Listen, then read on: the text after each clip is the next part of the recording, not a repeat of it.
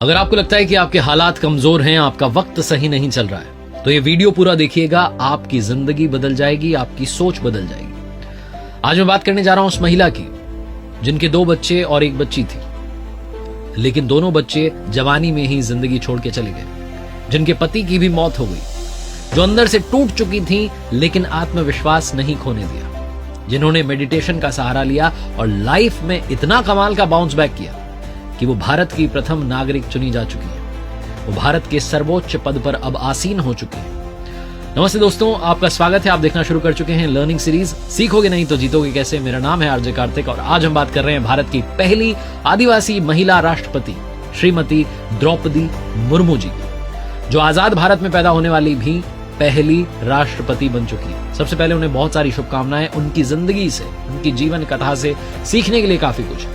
जब वो झारखंड की राज्यपाल चुनी गई थी और राष्ट्रपति भवन में उस वक्त के राष्ट्रपति रामनाथ कोविंद साहब से मिलने पहुंची थी, तो शायद उन्हें अंदाजा नहीं होगा कि वही भारत की अगली राष्ट्रपति चुनी जाएंगी। आइए बात करते हैं 5 लर्निंग्स फ्रॉम श्रीमती द्रौपदी मुर्मू। सीखने वाली सबसे पहली बात है, हालातों के सामने कभी कमजोर ना बने, बल्कि उन हालातों को कारण बनाएं, ताकत बनाएं, ताकि आप जिंदगी में अच्छा रास्ता देख पाएं, अच्छे रास्ते पर चल पाएं।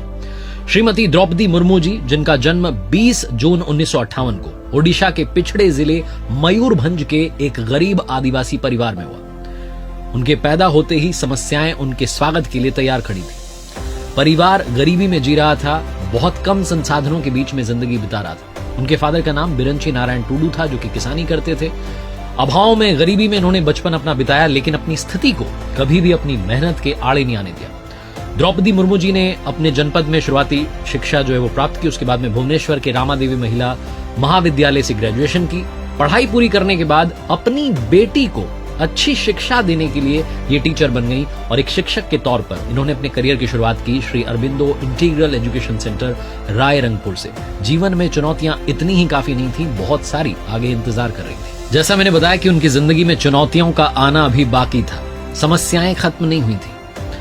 सब कुछ ठीक सा चल रहा था। इस सबके बीच 2009 में अक्टूबर का महीना 27वीं तारीख सुबह के 7 बजे थे। ओडिशा की राजधानी भुवनेश्वर के पत्रपदा इलाके में अचानक से हलचल बढ़ गई। एक घर में 25 साल के लड़के की लाश मिली। अस्पताल घर वाले लेकर के गए इस उम्मीद में कि शायद कोई चमत्कार हो जाए, लेकिन डॉक्टर्स ने कहा जान जा चुकी है। ये लड़का कोई और नहीं, श्रीमती द्रौपदी मुर्मू जी के बेटे थे लक्ष्मण मुर्मू, जो शाम में दोस्तों के साथ गए थे। रात में ऑटो से घर आए, हालत ठीक नहीं थी, सो गए और सुबह तक उनकी जान चली गई।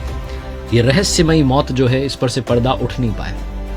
2009 में ये हुआ। 2013, 4 साल बाद उनके दूसरे बेटे की रोड एक्सीडेंट में जान चली गई।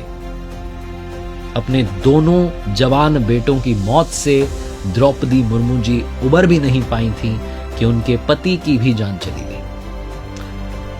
द्रौपदी मुर्मू जी के पति 2014 में ये दुनिया छोड़कर चले गए, श्याम चरण मुर्मू जी। कहा जाता है उनको दिल का दौरा पड़ा था, उन्हें भी अस्पताल ले जाया गया, तब तक उनकी जान जा चुकी थी। श्याम चरण जी बैंक में जॉब करते थे। अब द्रौपदी मुर्मू जी की फैमिली में सिर्फ उनकी बेटी इतिश्री मुर्मू है, वो भी बैंक में जॉब करती है। द्रौपदी मुर्मू जी जो अंदर से टूट चुकी थी, जिनकी जिंदगी में इतना सब कुछ इतनी जल्दी इतने कम समय के अंतराल में हो गया था, उन्होंने अध्यात्म का सहारा लिया। वो राजस्थान के माउंट आबू में ब्रह्म कुमारी संस्थान में जाने लगी। कई दिनों तक मेडिटेशन करने लगी, ध्यान करने लगी, तनाव कम करने के लिए कोशिश करने लगी। उन्होंने राजयोग भी सीखा और संस्थान के अनेक जो कार्यक्रम थे, अलग अलग कार्यक्रम थे, उनमें हिस्सा लेने लगी और अपने आप को और ताकतवर बनाने लगी। कहने का मतलब यह है कि हालात चाहे जितने विपरीत हो जाएं, आपको पहाड़ की तरह बनना है, उनसे ऊपर उठना है। तीसरी सबसे बड़ी बात जो द्रौपदी मुर्मू जी की लाइफ हमें सिखाती है, लाइफ में आप ईमानदार रहें, अपने पैशन को फॉलो करते रहें, सही रास्ते पर चलते रहें, एक न एक दिन आप अचीव जरूर करते हैं। कहा जाता है कि महिलाओं के लिए पॉलिटिकल रास्ता जो है, पॉलिटिक्स में जाना जो है, बड़ा मुश्किल होता है, बड़ा सफर जो है कठिन होता है, पत्थरों से भरा होता है। और द्रौपदी मुर्मू जी का यहां तक पहुंचना कोई आम बात नहीं है। दुनिया आज उनके बारे में बात कर रही है क्योंकि उन्होंने तमाम संघर्षों का सामना किया है। शुरुआती दौर में अपने पॉलिटिकल करियर की शुरुआत उन्होंने बीजेपी के साथ में की थी।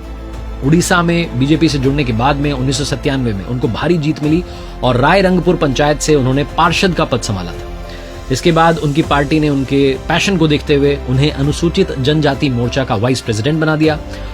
2000 से 2002 में बीजेपी और बीजेडी की जो गठबंधन की सरकार थी, उसमें वो मंत्री बनी और उसके बाद 2002 से 2004 तक फिर से वो ओडिशा की मिनिस्टर चुनी गई। उसके बाद में जो कुछ हुआ वो आपको मालूम है। उनकी पर्सनल लाइफ में उथल पुथल मची हुई थी।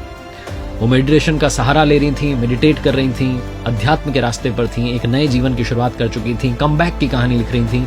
इस सब के बीच में उन्हें 2015 से 2021 तक झारखंड का राज्यपाल चुन लिया गया और 2022 में अब वो भारत की पहली आदिवासी महिला राष्ट्रपति चुनी जा चुकी है। उनका सफर हमें बताता है कि जीवन में आप सही रास्ते को चुनिए, उस पर चलते रहिए, एक न एक दिन आपको मंजिल डेफिनेटली मिलेगी। और चौथी सबसे बड़ी बात वो सिखाती हैं, लाइफ में अनबायस्ड रहिए, निष्पक्ष बने रहिए।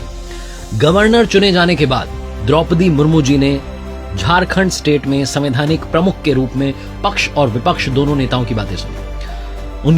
जब उनका कार्यकाल था उस वक्त राजभवन का जो द्वार था वो हर संगठन के व्यक्ति के लिए खुला रहता था। बीजेपी की जो पुरानी सरकार थी और जो झारखंड मुक्ति मोर्चा की सरकार थी, दोनों ही सरकारों को कई सारी नसीहतें द्रौपदी मुर्मू जी ने दी। बीजेपी की जो पुरानी सरकार थी वो आदिवासियों के हितों को संरक्षित करने वाले 2 महत्वपूर्ण कानून जो है उनमें संशोधन की कोशिश कर रही थी। विपक्षी जो नेता थे, जो पार्टियां थी, उन्होंने हंगामा किया। इस सब के बावजूद जो है वो 21 नवंबर 2016 को विधानसभा से बिल पारित उन्होंने करवा दिया और गवर्नर के पास भेज दिया, द्रौपदी मुर्मू जी के पास। 7 महीने तक उन्होंने उस पर विचार किया और उसके बाद जो उस वक्त की सरकार थी उनको वापस बिल लौटा दिया और कहा कि आप इस पर पुनर्विचार करिए। उन्होंने राज नहीं बल्कि राजधर्म निभाया। और आखिरी सीखने वाली सबसे बड़ी बात यह है कि मेमोरीज से भी आप मोटिवेट हो सकते हैं। आपकी जिंदगी की जो मेमोरीज है उनसे भी आप इंस्पायर हो सकते हैं, कुछ अच्छा कर सकते हैं। श्यामचरण मुर्मू जी से इनकी कॉलेज में मुलाकात होती है, दोस्ती होती है, दोस्ती प्यार में बदल जाती है। मान मनोहार के बाद 1980 में इनकी शादी हो जाती है। और जैसा मैंने बताया कि दोनों जवान बेटों को इन्होंने खो दिया, अपने पति को भी खो दिया। इनकी जिंदगी में वो बुरे लम्हे भी आए, लेकिन इन्होंने जो अपने बच्चों के साथ, पति के साथ जीवन बिताया था, जो खूबसूरत लम्हे थे, उनको संजोने की सोची। द्रौपदी मुर्मू जी, जिनका ससुराल पहाड़पुर गांव में है, यहां इन्होंने अपने घर को स्कूल में बदल दिया और उसका नाम रखा है श्याम लक्ष्मण शिपुन उच्चतर प्राथमिक विद्यालय। द्रौपदी जी ने अगस्त 2016 में अपने घर को स्कूल में बदल दिया था और हर साल अपने बेटों और अपने पति की पुण्यतिथि पर यहां जरूर जाती हैं। अपनी उस याद से भी जिंदगी में मोटिवेट होती आई हैं और आगे बढ़ती जा रही हैं, लोगों को इंस्पायर करती जा रही हैं। और जाते जाते एक बार किसी ने एक विद्वान से पूछा कि समाज को आगे बढ़ाने के लिए क्या करना चाहिए, तो उस विद्वान व्यक्ति ने कहा कि एक दूसरे की टांग खींचने की बजाय एक दूसरे का हाथ खींचना चाहिए, मिलकर के आगे बढ़ना चाहिए। द्रौपदी मुर्मू जी की कहानी भी आज यही सिखाती है। एक बार फिर से उन्हें भारत की राष्ट्रपति चुने जाने पर बहुत सारी शुभकामनाएं। उम्मीद है कि आपके राष्ट्रपति के कार्यकाल में भारत और प्रगति करेगा, निरंतर प्रगति के रास्ते पर चलता रहेगा। आखिरी में वही बात जो आपसे कहता हूं, कर दिखाओ कुछ ऐसा कि दुनिया करना चाहे आपके जैसा। मजबूत बने रहिए, विश्वास रखिए, प्रभु की कृपा आप पर जरूर बरसेगी।